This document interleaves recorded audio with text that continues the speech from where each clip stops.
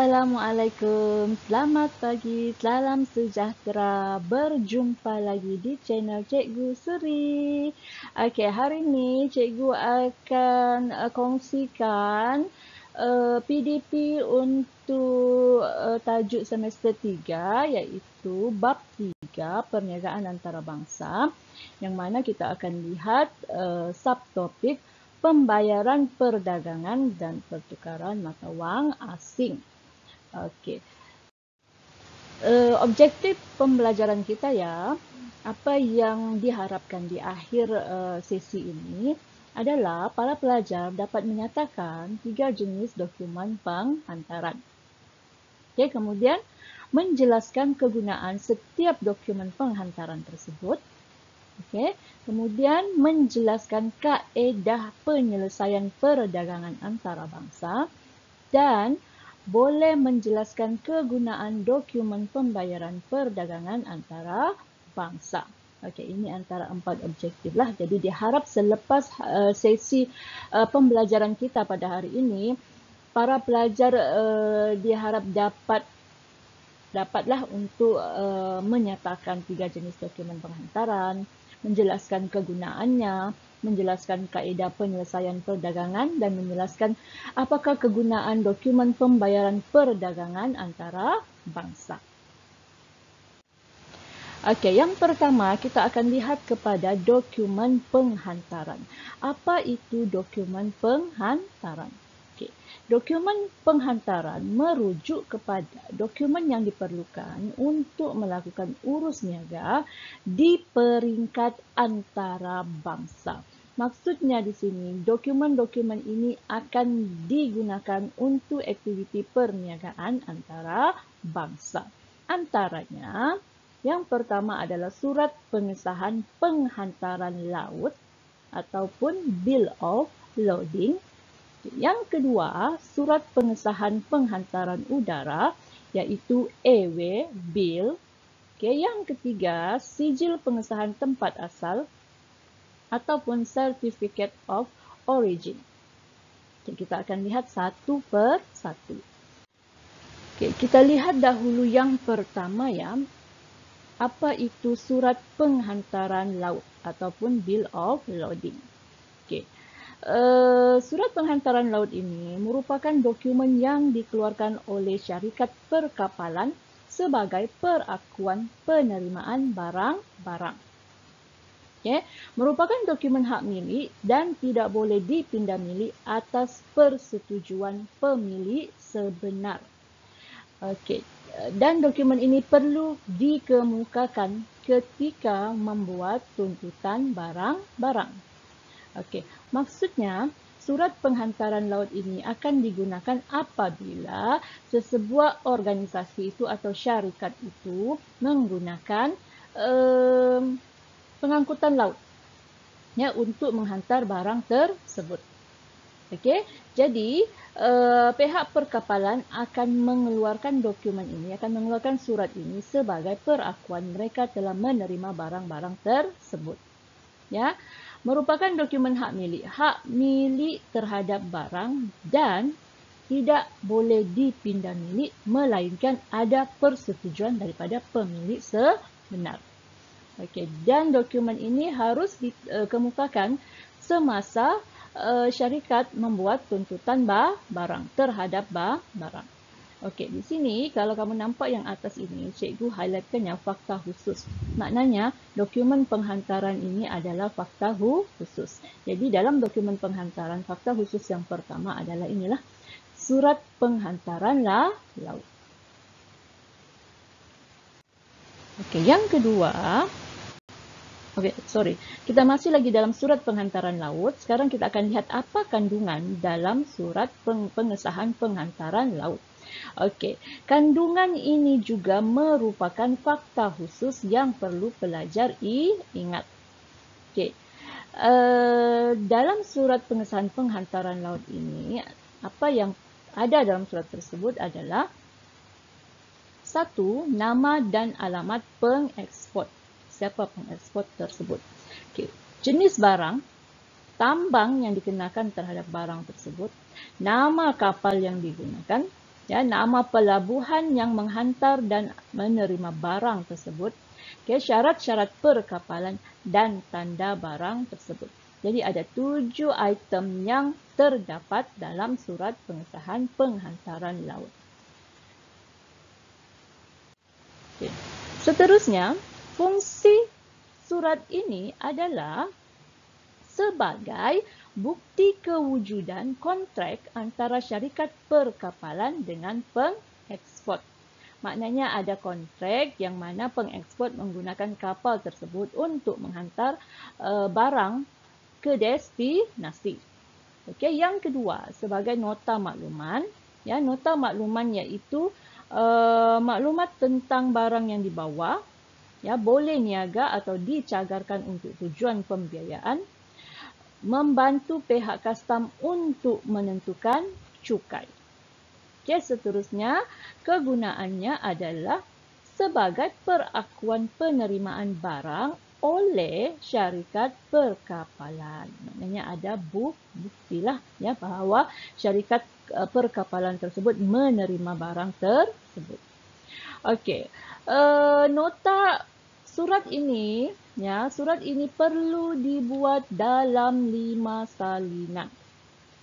Okey, yang pertama kepada nakhoda kapal, yang kedua kepada syarikat perkapalan tersebut.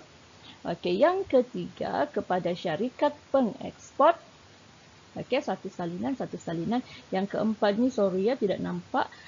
Yang keempat ini dua salinan kepada pengimport. Ya, 2 salinan diberi kepada pengimport. Jadi 5 salinan itu nakhoda kapal, syarikat kapal, pengekspor, kemudian 2 salinan kepada pengimport. Ya, jadi dia ada 5. Okey, dan kamu lihat di sini cikgu highlightkan juga 5 salinan ini adalah merupakan fakta khusus.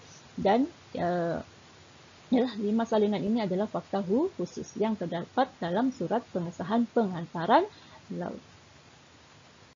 Okay, seterusnya kita akan lihat dokumen yang kedua. Ya, dokumen kedua dinamakan sebagai surat pengesahan penghantaran udara ataupun Airway Bill. Okey, ini juga merupakan fakta khusus yang kedua dalam dokumen penghantaran. Okey, merupakan dokumen yang digunakan apabila penghantaran barang dibuat melalui pengangkutan udara.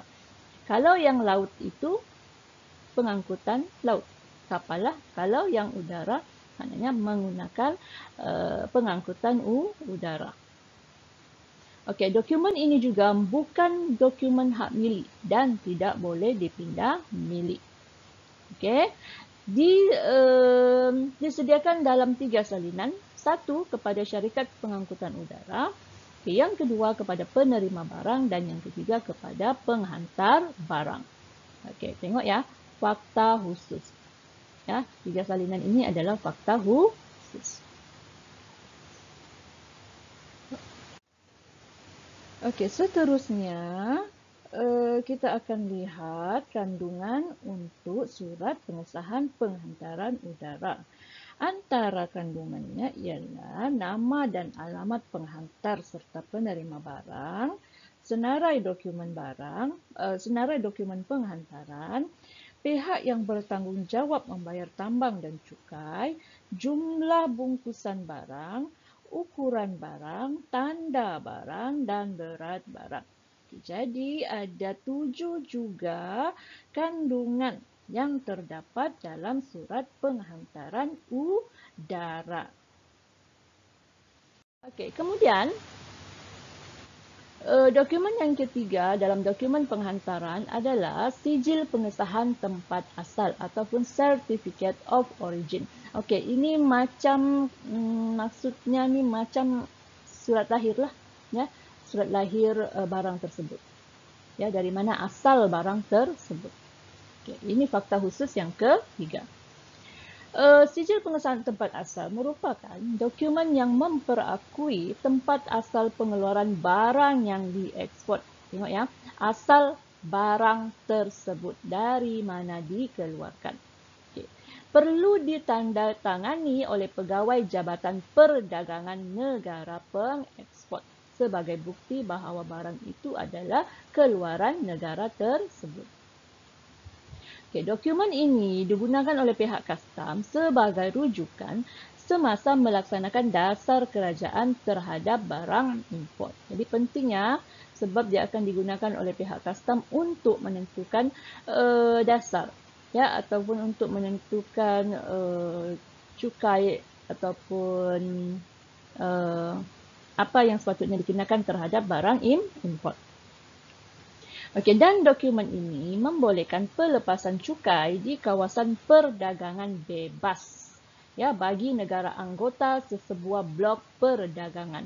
Maknanya keistimewaannya apabila ada dokumen ini bagi negara-negara yang dalam satu blok perdagangan, dia boleh digunakan sebagai dokumen untuk pelepasan cukai, ya, bagi kawasan perdagangan bebas cukai. Okey, para pelajar, yang tadi merupakan dokumen-dokumen penghantaran yang digunakan dalam aktiviti perniagaan antara bangsa. Okey, sekarang kita akan lihat pula apakah untuk bahagian yang kedua, iaitu apakah kaedah penyelesaian perdagangan antara bangsa, ya. Untuk kaedah penyelesaian perdagangan antarabangsa ini, yang pertama dinamakan sebagai perdagangan barter. Ya, apa itu perdagangan barter? Perdagangan barter merujuk kepada kaedah penyelesaian perdagangan yang melibatkan pertukaran barang antara negara yang berniaga tanpa melibatkan penggunaan mata wang negara asing. Ya, maknanya pertukaran barang dengan barang, ya, tanpa melibatkan sebarang mata wang. Okay, yang kedua, keadaan ini berlaku hanya dengan persetujuan daripada pemerintah kedua-dua buah negara, iaitu pengekspor dan pengimport terlibatlah, ya. Contohnya, aktiviti pertukaran barang antara Malaysia dengan Amerika, yang mana Malaysia menjual minyak mentah kepada Amerika dan Amerika akan bersetuju untuk membayar dengan memberi barang modal kepada Malaysia. Okey, dan kalau pelajar lihat, ya, kaedah penyelesaian perdagangan ini merupakan juga fakta khusus. Ya, perdagangan barter ini merupakan fakta khusus. Seterusnya, kita akan lihat kaedah penyelesaian perdagangan yang kedua, iaitu perbankan koresponden. Ya, perbankan koresponden ini juga adalah fakta khusus. Ya, jadi untuk kaedah penyelesaian perdagangan, fakta khususnya ada dua lah, ya. Okey. Perbankan koresponden merujuk kepada kaedah penyelesaian perdagangan yang mana pengekspor akan melantik sebuah bank sebagai ejen untuk bertindak bagi pihaknya. Ya, pengekspor melantik bank di negara berkenaan. Okey, tujuannya bank yang dilantik ini akan menerima bayaran daripada pengimport bagi pihak pengekspor dan akan memasukkan bayaran tersebut ke akaun pengekspor. Jadi pengekspor tidak perlulah berurusan ke negara tersebut, ya, hanya melalui bank yang telah dilantik, yang telah diberi kuasa untuk menerima bayaran dan memasukkan bayaran itu ke akaun pengekspor. Okey, kedua-dua pihak yang terlibat, iaitu pengekspor dan pengimport, akan menandatangani satu perjanjian yang mana menyatakan persetujuan untuk pengimport menjelaskan bayaran mengikut tempoh yang telah ditetapkan oleh pihak pengekspor. Ya, ada perjanjian antara pihak yang terlibat. Okey, seterusnya itu untuk kaedah penyelesaian perdagangan. Ya, untuk bahagian yang terakhir adalah berkaitan dengan dokumen pembayaran. Ya, apa dokumen yang digunakan dalam aktiviti pembayaran yang melibatkan perdagangan antarabangsa. Okey, yang pertama dokumen itu adalah surat kredit. Ya, surat kredit ini juga adalah fakta khusus. Okey, surat kredit ini akan digunakan dalam aktiviti perniagaan antarabangsa yang mana dia merupakan dokumen yang menyatakan persetujuan pihak bank untuk membayar sejumlah wang kepada pengekspor. Ya, dokumen ini ataupun surat ini akan dikeluarkan oleh pihak bank pengimport sebagai jaminan bahawa bayaran akan dibuat kepada pengekspor. Ya, jaminan bahawa bayaran akan dibuat kepada pihak pengekspor. Jadi, dokumen yang digunakan adalah surat kredit. Okey, seterusnya kita akan lihat pula dokumen pembayaran yang kedua, iaitu dinamakan sebagai tuntutan ikut perintah ataupun sign dan demand order. Ya, tuntutan ikut perintah ini adalah satu bentuk arahan bertulis yang tidak bersyarat yang perlu ditujukan oleh pengekspor kepada pengimport. Ya, arahan bertulis yang tidak bersyarat dari pengekspor kepada pengimport. Okey, pengekspor akan meminta pengimport membayar sejumlah wang dalam tempoh yang ditetapkan. Okey, kemudian pengimport akan mengeluarkan satu perakuan pengesahan yang mana menyatakan persetujuan untuk mematuhi syarat-syarat serta mengirim kembali dokumen tersebut kepada pengekspor. Mengirim kembali inilah ya DO ni. Okey, setelah menerima, pengekspor akan menghantar barang tersebut kepada pengimport dan akan mendiskaunkan bil perintah bayar di bank tempatan. Okey, itu untuk tuntutan ikut perintah. Ya, arahan bertulis. Ya, arahan bertulis daripada pihak pengekspor kepada pihak pengimport. Ya, yang mana pengekspor akan meminta pengimport untuk membayar sejumlah wang mengikut tempoh yang telah ditetapkan terhadap barang atau barang yang dibelilah, ya. Okey. Dan ini juga merupakan fakta khusus, ya. Tuntutan ikut perintah ini juga merupakan fakta khusus. Jadi untuk dokumen pembayaran dia ada dua jugalah. Okay, yang pertama dokumen pembayaran yang digunakan dalam aktiviti perniagaan antarabangsa adalah surat kredit dan yang kedua ini adalah tuntutan ikut perintah.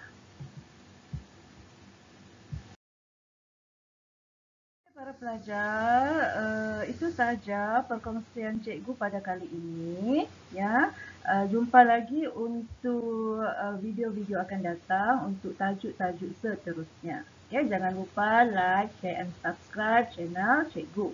Okay, dan boleh lihat video-video cikgu seterusnya. Sekian, terima kasih. Bye.